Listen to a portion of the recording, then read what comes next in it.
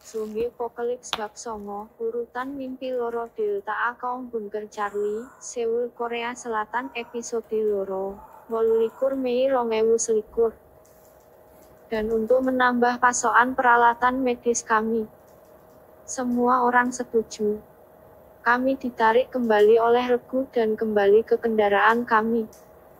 Kami kembali ke pos komando yang disiapkan dengan tergesa-gesa untuk gugus tugas YM Klean sekitar 1 mil di selatan bandara.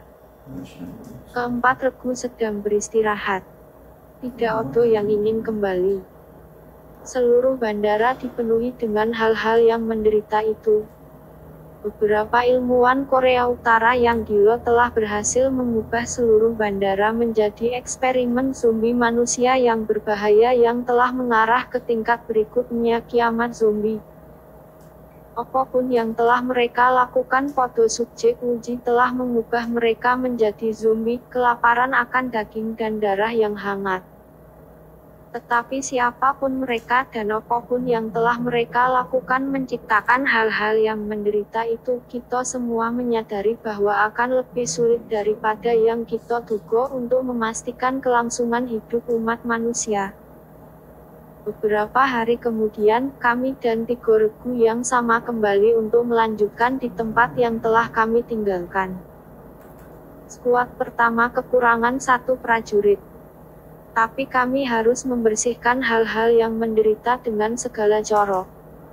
Skuad pertama pindah ke pintu masuk setelah melemparkan beberapa koni kilat. Para polisi itu mengenakan visor yang memungkinkan mereka melihat menembus asap tebal. Ketiga regu menghilang dalam kekacauan. HKG memimpin kami dengan senapannya yang sudah siap. 6 petugas medis mengikuti, dan saya menutupi bagian belakang. HKG melanjutkan jalannya, yang berarti ketiga regu telah bergerak lebih jauh ke lorong. Tidak ada suara selama 15 menit pertama, kemudian rentetan tembakan meletus bersamaan dengan teriakan dan teriakan. Seorang polisi berteriak, "Tenang dan tembak." Beberapa detik kemudian, polisi lain berteriak, "Tahan tembakan dan mundur dengan pasukan."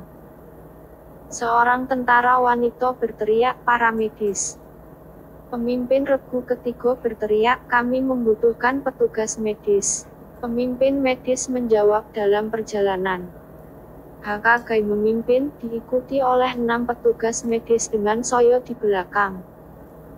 Kami tiba di tempat kejadian kurang dari 1 menit kemudian untuk menemukan bahwa ada sejumlah hal yang menderita ditumpuk ke langit-langit dengan bagian tubuh mereka robek. Ketiga regu telah memusnahkan hal-hal yang menderita ini, tetapi sekarang persediaan amunisi untuk senjata utama mereka telah habis. Mereka menggunakan pistol mereka. Sidem memiliki kapasitas untuk 27 putaran, dan pasukan menggunakan amunisi itu dengan cepat. Prajurit lain menyeret rekan mereka yang terluka ke arah kami. Semua 6 petugas medis pergi bekerja dengan pengawasan HKG. Sebagian besar luka adalah luka bakar dari darah ak. Jika tidak ada bekas gigitan, maka mungkin untuk mengobati yang terluka.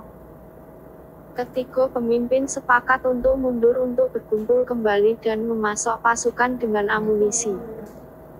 Beberapa polisi tertatih-tatih dan yang lainnya dengan luka yang lebih parah sedang digendong oleh rekan mereka. Begitu polisi terakhir yang terluka dimasukkan ke dalam hummer petugas medis, begitu polisi menjadi hummer mereka, kami semua meraung, tiba di kompleks darurat dalam waktu kurang dari 5 menit. Beberapa jam kemudian, HKG dan saya berada di area screening di tenda medis. Petugas medis utama dan petugas medis lainnya sibuk merawat pasukan yang terluka. Hampir semua luka adalah luka bakar dari darah asam afflicted things. Pakaian tentara telah terbakar habis. Banyak dari mereka mengalami luka bakar parah pada kulit mereka. Darah asam affiliated things juga telah membakar beberapa senjata para prajurit. Darahnya mampu membakar atau mencairkan apapun. Beberapa hari berlalu, dan petinggi gugus tugas tidak membebaskan kami atau 3 regu tempur lainnya untuk kembali ke tugas membersihkan rumah sakit dari hal-hal yang menderita. Sejauh ini, kami belum pernah mendekati atrium.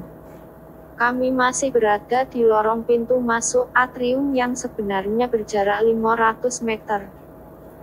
Tak satu pun dari 4 pemimpin berpikiran.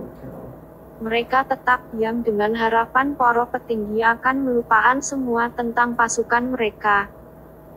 Senjata baru dikeluarkan, amunisi telah diisi ulang. Pasukan baru menggantikan yang terluka parah sehingga setiap regu sekarang memiliki 12 anggota. Keempat regu dikeluarkan perintah siaga.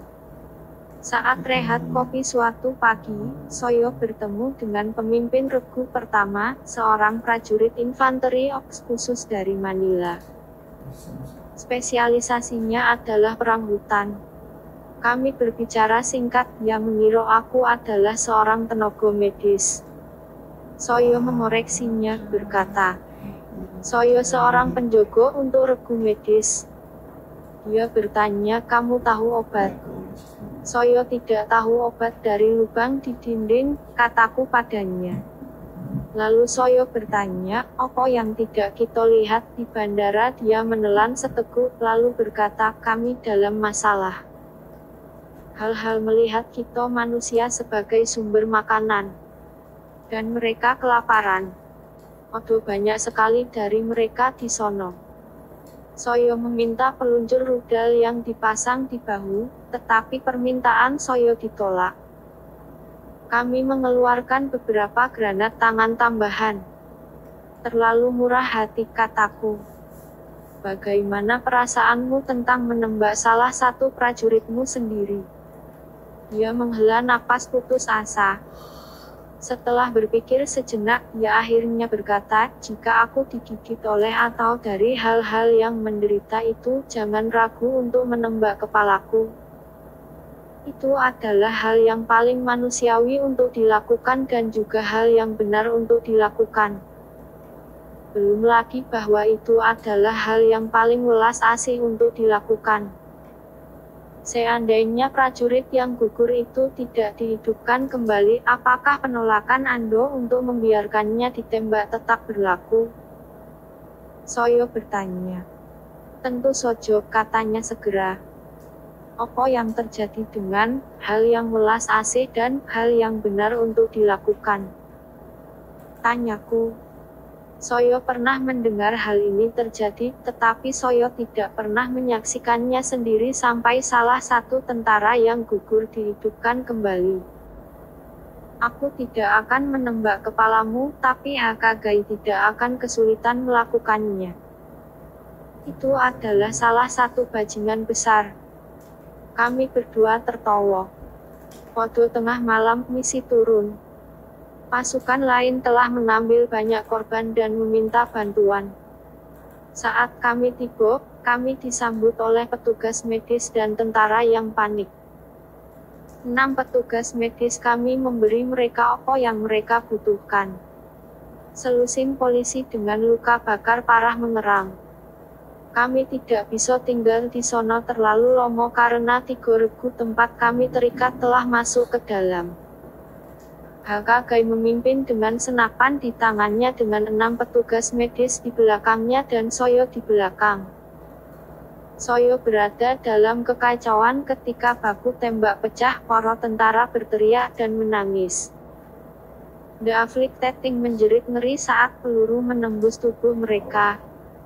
Beberapa tentara membawa rekan-rekan mereka yang terluka ke pintu keluar. Darah dan keringat menutupi kepala, wajah dan seragam mereka saat asap membubung dari senjata mereka yang meleleh. Tim medis utama melaporkan ke Haki, menerima banyak korban dengan luka bakar. Minta cadangan. Haki menjawab ditolak. Maju terus.